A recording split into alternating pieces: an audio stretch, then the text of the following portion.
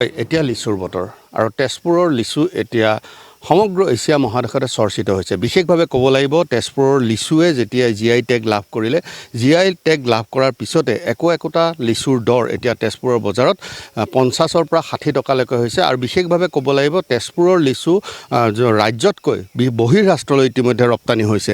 আৰু এই লিচুৰ প্ৰসাৰ আৰু প্ৰচাৰৰ বাবে ইতিমধ্যে আমি উল্লেখ কৰিব লাগিব তেজপুৰত বিশেষভাৱে লিচুৰ যি স্থাপন লিচু পুলি প্ৰথমে ৰোপণ কৰিছিলে সেই সময়ত তেজপুৰ চহৰৰ মাজমজিয়াত সেই সময়ত তেজপুৰ পৌৰসভাৰ প্ৰথমগৰাকী পৌৰপতি তথা অসম সাহিত্য সভাৰ সভাপতি পদ্মনাথ গোহাঁই বৰুৱাই তেওঁ বিভিন্ন স্থানৰ পৰা লিচুসমূহ আনি তেজপুৰত ৰোপণ কৰিছিল।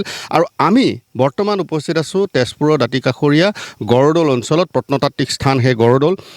সেই গড়দৌলত প্ৰায় 8 বিঘা মাটিত এনেধৰণে লিচু পুলি ৰোপণ কৰা হৈছে আৰু লোমে লোমে লাগিছে সেই লিচুসমূহ। আৰু এই লিচু এতিয়া বজাৰত চাহিদা যথেষ্ট বৃদ্ধি পাইছে আৰু ইয়াৰ পৰা বহিঃৰাষ্ট্ৰলৈ ভাৰতবৰ্ষৰ বিভিন্ন প্ৰান্তৰ লগতে আৰৱ, ইণ্ডোনেছিয়ালৈ এতিয়া লিচু ৰপ্তানি হৈছে। আৰু তেজপুৰৰ লিচুৰ বিশেষত্ব এই যে তেজপুৰৰ যি ভূমি সেই ভূমি লিচুৰ বাবে যথেষ্ট উৰ্বৰ আৰু সেই উৰ্বৰ হোৱাৰ সূত্ৰেই তেজপুৰৰ লিচুৰ চাহিদা এতিয়া বজাৰত ক্ৰমাগতভাৱে বৃদ্ধি পাইছে। আৰু যিহেতু লিচুৱে GI টেগ লাভ কৰিলে তাৰপিছতে বিভিন্ন প্ৰান্তত এতিয়া লিচুৰ খেতি কৰা দেখা গৈছে। তেজপুৰৰ মাটি যিহেতু লিচুৰ বাবে উপযোগী আৰু ইয়াতে প্ৰায় আমি উল্লেখ কৰিছোঁ যে প্ৰায় 7 বিঘা মাটিত এই যি আত্মসহায়ক গোট আছে এই আত্মসহায়ক গোটে এই খেতি কৰে আৰু ইয়াৰ পৰা যি ধন লাভ কৰে সেয়া ৰাজহুৱা অনুষ্ঠান প্ৰতিষ্ঠানত তেওঁলোকে খৰচ কৰে। ইয়াতে যিসকল ব্যক্তি আচলতে এই অনুষ্ঠানটোৰ বা এই যি খেতিৰ লগত যিসকল জড়িত তেওঁলোক আমাৰ মাজত আছে, তেখেতসকলৰ পৰা আমি জানিবলৈ চেষ্টা কৰিম যে ইতিমধ্যে ইয়াতে আমি উল্লেখ কৰিব বিচাৰিছোঁ ইয়াতে পিঁয়াজী, মুম্বাইয়া বা অন্যান্য যি থলুৱা লিচু আছে সেই লিচুৰ চাহিদা বৰ্তমান বজাৰত যথেষ্ট বেছি। এতিয়া এই বেলি কি আশা কৰা হৈছে? এইবেলিও আশা এইবাৰ গুটিটো অকণ কম, কিন্তু সেইফালৰ পৰা আশা আছে অলপ আমাৰ ৰাইজৰ। আৰু ফল ভালেই লাগিছে যিকেইটা হৈছে বাৰু। আৰু ইয়াৰ সৈতে আমাৰ অনুষ্ঠান প্ৰতিষ্ঠানখিনি চলি আছে যেনে তেনে আৰু। এতিয়া আপোনালোকৰ যিটো আত্মসহায়ক গোট সেই গোটটোৱে গোটেইখিনি তদাৰক কৰি থাকে। হয়, ইয়াত ল'ৰাখিনি সেইখিনি কাম কৰি থাকে আৰু খেতি বাতিও হৈ থাকে অলপ চলপ কৰি পেলাই, জিকা ভোল এনেকৈ। আৰু লেচু যিখিনি আমি আকৌ নতুনকৈ লগাইছোঁ আৰু যিখিনি আছে এইবাৰ আমি লগাম। এইবাৰ কিমান পৰিকল্পনা আছে? এইবাৰ 50-60 হাজাৰ টকাৰ এনেকুৱা এটা হ'বগৈ আৰু এইবাৰ। হয়। ইয়াত কি প্ৰজাতিৰ লিচু আছে?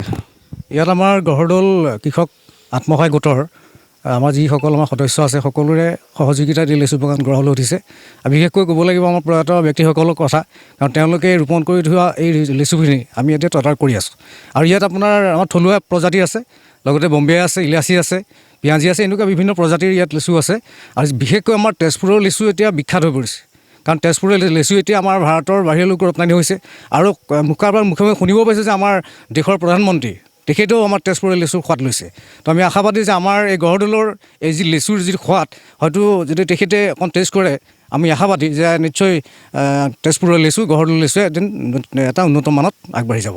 আৰু ইতিমধ্যে মুখ্যমন্ত্ৰী আহিছে, মুখ্যমন্ত্ৰীয়ে আহি ইয়াতে বিগত বৰ্ষত তেজপুৰৰ লিচুক এটা GI টেগ দিছে। GI টেগৰ বাবে তেওঁলোকে আবেদন জনাইছিল আৰু GI টেগ লাভ কৰিছে। আৰু মুখ্যমন্ত্ৰীয়ে কৈছিলে যে তেজপুৰৰ লিচুক লৈ বিশেষ তেওঁলোকে উদ্যোগ গ্ৰহণ কৰিব। কি ক'ব এই প্ৰসংগত? আদৰণীয় পদক্ষেপ। আৰু তেজপুৰত লেচু বতৰ আহিলে তেজপুৰতে বিশেষ পৰিচয় দাঙি ধৰে। তেজপুৰৰ লেচু আহিলে আৰু লেচুৰ যিহেতু যথেষ্ট চাহিদা বৃদ্ধি হৈছে তেজপুৰত। আৰু আমাৰ যিখিনি কৃষক আছে, কৃষকে আচলতে এইটো স্বাৱলম্বী হ'ব পাৰে আচলতে সেই লিচু খেতি কৰি পেলাই। যদিও ভবা নাই কৈছে যদি খালী মাটি আছে লিচু খেতি কৰক, তাৰ পৰা বছৰি 2 লাখ, 1 লাখ, 5 লাখলৈকে মানুহে ইনকাম কৰিব বুলি এটা আশাবাদী এটা ভাল ব্যৱসায় কৰিব পাৰে।